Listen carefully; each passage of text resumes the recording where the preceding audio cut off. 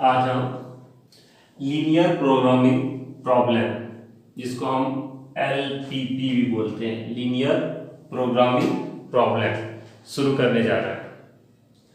ये system of linear equation को solve करने का मेथड है। कौन सा मेथड? तो आज बताने जा रहे हैं ग्राफिकल मेथड। ये क्लास 12 में भी है और डिग्री लेवल में भी है। तो डिग्री लेवल में दो मेथड चलता है, एक है ग्राफिकल, एक है सिंप्लेक्स मेथड। तो आज हम ग्राफिकल बताने जा रहे हैं। इसको बनाने से पहले दो तीन चीज जान लेना चाहिए। इसमें से इसको बनाने का बहुत सारा तरीका है।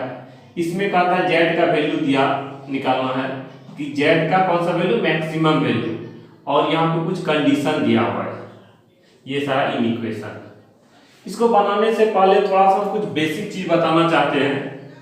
क्या बताना है? जैसे कि इसको सॉल्व करने के पहले ये सब्जेक्ट दिया हुआ है, इसको हम, ये सारा इन इक्वेशन है, हम इसको सबसे पहले इक्वेशन बनाएंगे। तो इक्वेशन बनाने के बाद हमको जो मिलेगा वो आखिर कैसे पहचानेंगे किस चीज का इक्वेशन है। तो इसको बताना है, जैसे कि x equal to 0, y equal to 0, x equal to Y आ जाएगा 2, या y इक्वल टू 2। ठीक है, ये सब क्या है? यहाँ पे 2 और 4 नहीं लेते, कोई पर्टिकुलर केस में जनरली लिखा देते, जैसे x इक्वल टू a मान लिए, y इक्वल टू b मान लिए। तो ये क्या है? The equation of the x axis. ये क्या है? Sorry, y, the equation of the y axis. मतलब ये जो है, ये क्या है? y एक्स का समीकरण है। ये है the equation of the x axis. यार इसका मतलब क्या है कि ये x एक्सिस का समीकरण है। ये क्या है? The equation of the line parallel to the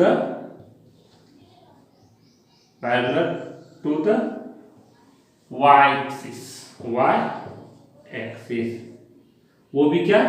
तो सॉरी, y एक्सिस के पैरेलल ना, ये हो जाएगा RHS। और अगर यहाँ पे हम x इक्वल टू b ले लेते हैं, x इक्वल टू क्या ले लेते हैं, सॉरी, माइनस a, तो क्या आ जाता है? The equation of the line parallel to the y axis. ये हो जाएगा LHS। ये क्या है, इसका मतलब हम समझा देते हैं यहाँ पे। जैसे कि यहाँ पे हम ये लेते हैं, ये x एक्सिस, ये है y एक्सिस। अब x एक्सिस के पैरेलल यानी कि समांतर, x एक्सिस के समांतर हम यहां भी खींच सकते हैं और यहां भी खींच सकते हैं।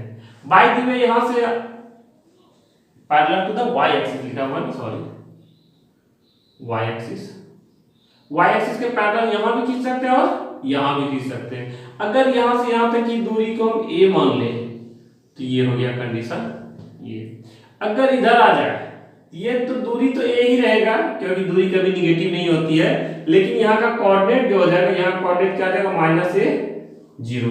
तो इस कंडीशन में ये इक्वेशन हो गया। एक है जैसे कि यहाँ पे लिखे तो y equal to b, y equal to b, तो हम कह सकते थे the equation of the line parallel to the x axis. ये क्या जाएगा? एबव यानी कि ऊपर। और अगर y इक्वल टू -b ले लेते हैं तो ये हो जाएगा the equation of the line parallel to the x axis ही रहेगा, लेकिन बिलो मतलब नीचे। देखो फिगर बना के समझाने की कोशिश करते हैं। जैसे कि यहां पे हम ले लिए, ये x एक्सिस है, ये y एक्सिस है, ये हो गया एबव, ये हो गया बिलो। इसका इक्वेशन होगा y इक्वल टू b, इसका इक्वेशन होगा y इक्वल टू -b। कोई प्रॉब्लम यहाँ तक? इसको नोट कर लेना। ये बहुत बहुत बहुत इंपॉर्टेंट चीज है। इस सब सवाल बनाने के लिए, ये सब हम यूज करेंगे। ठीक है, उसके बाद एक दो टॉपिक और लिखा देते हैं। क्या लिखाते हैं? अगर by the way figure intercept form में आ जाए, the equation of the line in the intercept form. ये अभी सवाल पे नहीं गए, ये बेसिक बता रहे हैं।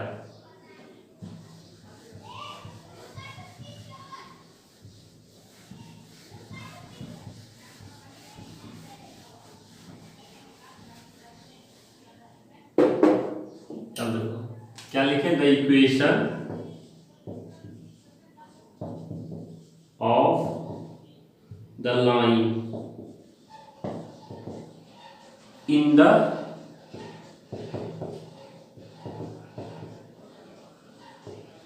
Intercept form. इंटरसेप्ट फॉर्म में किसी भी रेखा का समीकरण, अंतःखंड जिसको बोलते हो, यही हो गया इंटरसेप्ट। मान लिया जिसको एक्स एक्सिस लिए हैं, इसको वाई एक्सिस लिए हैं।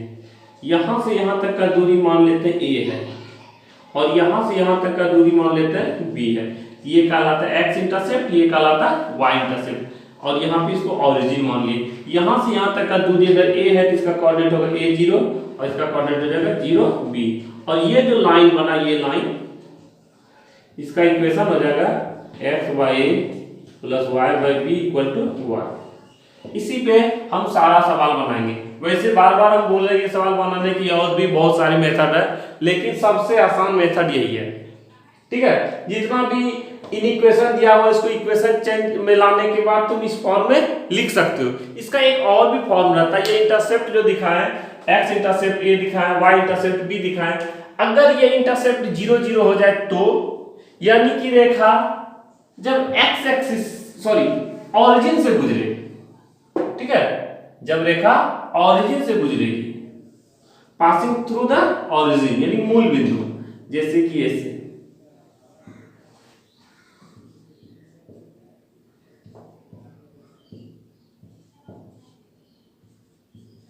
इसका इक्वेशन होता है y इक्वल टू एक्स, या ax भी लिख सकते हो।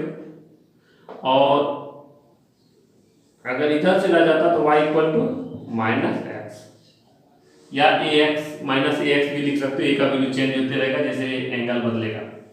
ठीक है, इतना सा लिख लो, उसके बाद हम सवाल पे आते हैं। यहां तक कोई प्रॉब्लम नहीं होना चाहिए, लेकिन अगर ये याद नहीं होगा तो प्रॉब्लम होगा ही। हम एक सवाल में ये लिखा दिए, इसको नोट कर लेना, क्योंकि हर सवाल में हम यूज करेंगे। आज इस पर एक सवाल बताते हैं।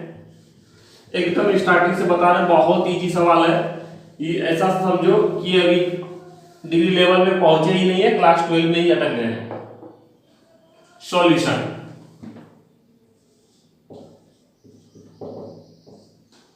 सबसे पहले क्या करेंगे, ये जितना भी इक्वेशन दिया हुआ है और समीकरण, देखो एक लिखते हैं हम लोग समीकरण। समीकरण में इक्वल टू का साइन रहता है, जबकि यहाँ पे कहीं इक्वल टू नहीं है। यहाँ पे ग्रेटर देन इक्वल टू है, यहाँ पे ग्रेटर देन इक्वल टू है, यहाँ पे लेस देन। इसको हिंदी में बोलते हैं असमीकरण। तो सबसे पहले क्या करेंगे, इसको इक्वेशन बनाएंगे। कंसीडर द इक्वेशंस, क्या करेंगे, x equal to 0, y equal to 0 और 2x plus 3y equal to 6। इसको मान लेते हैं इक्वेशन 3। अच्छा, 3 मान लेते, इसको मान लेते हैं 1, इसको मान लेते हैं 2। 1 और 2 को सॉल्व करने की जरूरत ही नहीं है, लिखते हैं फ्रॉम इक्वेशन 3। क्या है 3 equation, 2x plus 3y equal to 6। Dividing both sides by 6।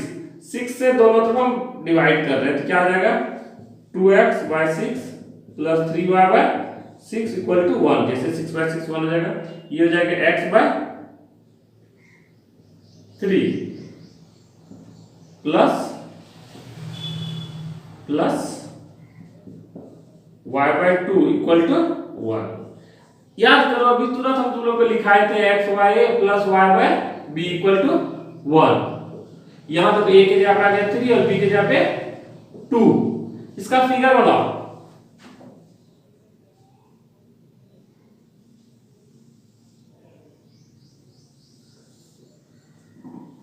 ठीक है। x पर 3x के नीचे में 3, x एक्सिस पे 3 यूनिट ले लेते हैं और y एक्सिस पे 2 यूनिट यानी कि लेस देन x।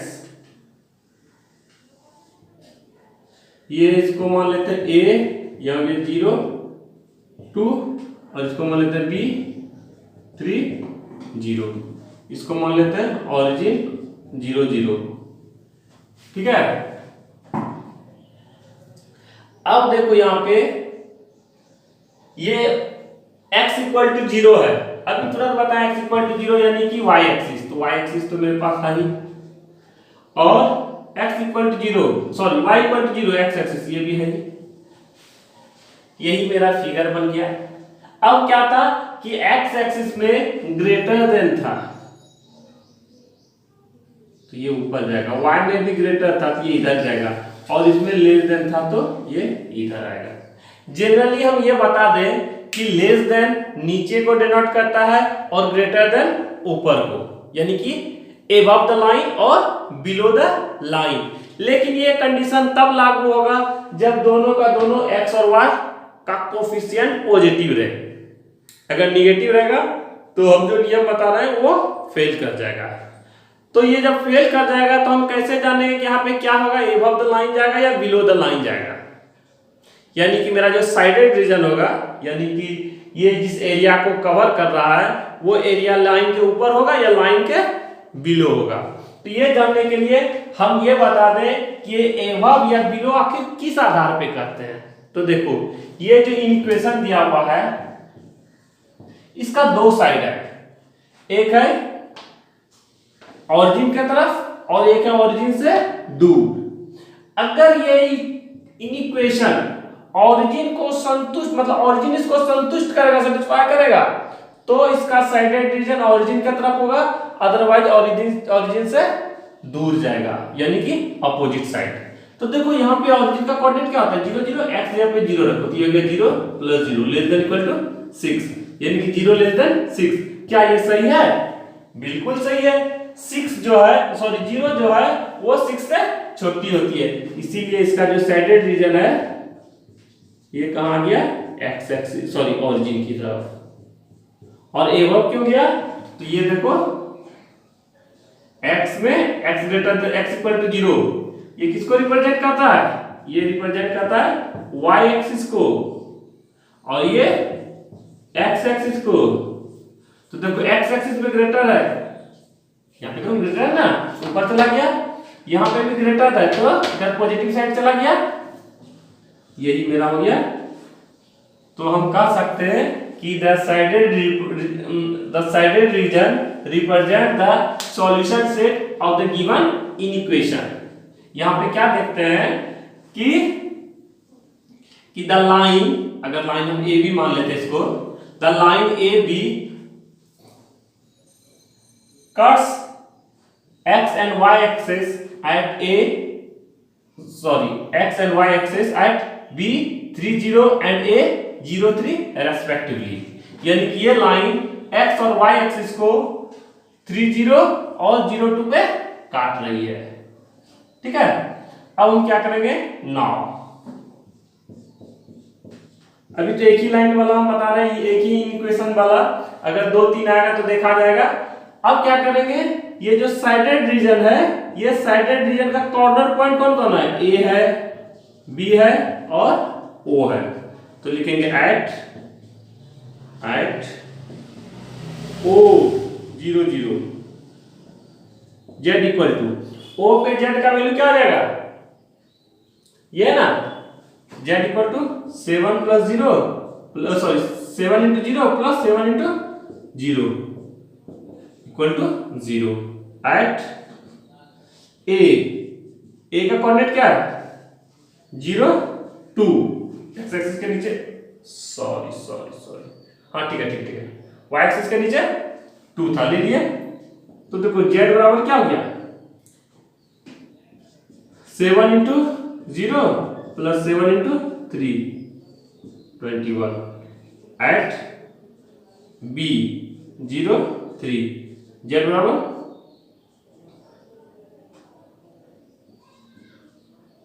3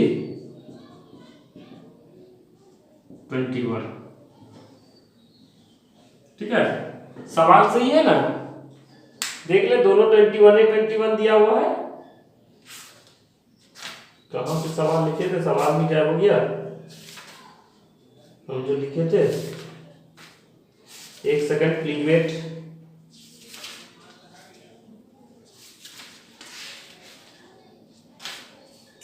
सवाल लिख के हम बुक बंद कर दिए, नहीं मिल रहा सवाल। देखते हैं ये क्या हो गया, 21। देखो यहां पे therefore max z equal to 21 at all the point line segment joining the point A and B। देखो दोनों का दोनों वैल्यू कितना आ गया, 21, और यहां भी 21 है और यहां भी 21। अगर किसी रेखा के दो बिंदुओं पर वैल्यू सेम आता है तो समझ जाना उस रेखा के हर एक बिंदुओं पर वही वैल्यू होगा, चाहे वो मैक्सिमम हो या मिनिमम। अगर मेरे पास 21 सिर्फ इस बिंदु के लिए होता, यानी कि इस पॉइंट के लिए, तो हम लिखते हैं एट ए, या इस पॉइंट के लिए होता तो लिखते हैं एट बी। लेकिन यहां पर भी, एक सेकेंड, यहां पे गलती हो गया, यहां पे लिखाएगा 2, सॉरी, ये 2, ये हो जाएगा था 14 और यहां पे 3, तब सही है। एक मिनट, तो वैल्यू कितना हो गया, 21 एट कहां पे, B30। हम जो बोल रहे थे वो आगे चल के बताएंगे, आगे चल के जरूर मिलेगा। तो यही हो गया मेरा रिक्वायर्ड सॉल्यूशन। मैक्स जेड या मैक्सिमम जेड कितना आ गया, 21। कहां पे, तो इस पॉइंट पे एट बी। बी का कोऑर्डिनेट क्या है, 30। That's all. ठीक है, ये मेरा कंप्लीट सॉल्यूशन है। ये मेरा मैक्सिमम जेड निकल गया। अगर यहाँ पे मैक्स की जगह पे मीन रहता तो लिख देते हैं minimum value of z equal to 0 at origin. कहां पे, एट ओ 0 0। ठीक है, अगला सवाल अगले दिन बताएंगे, इसको देख लो और जैसे पहले लिखाए थे उसको याद कर लेना, बहुत यूज है उसका। ठीक,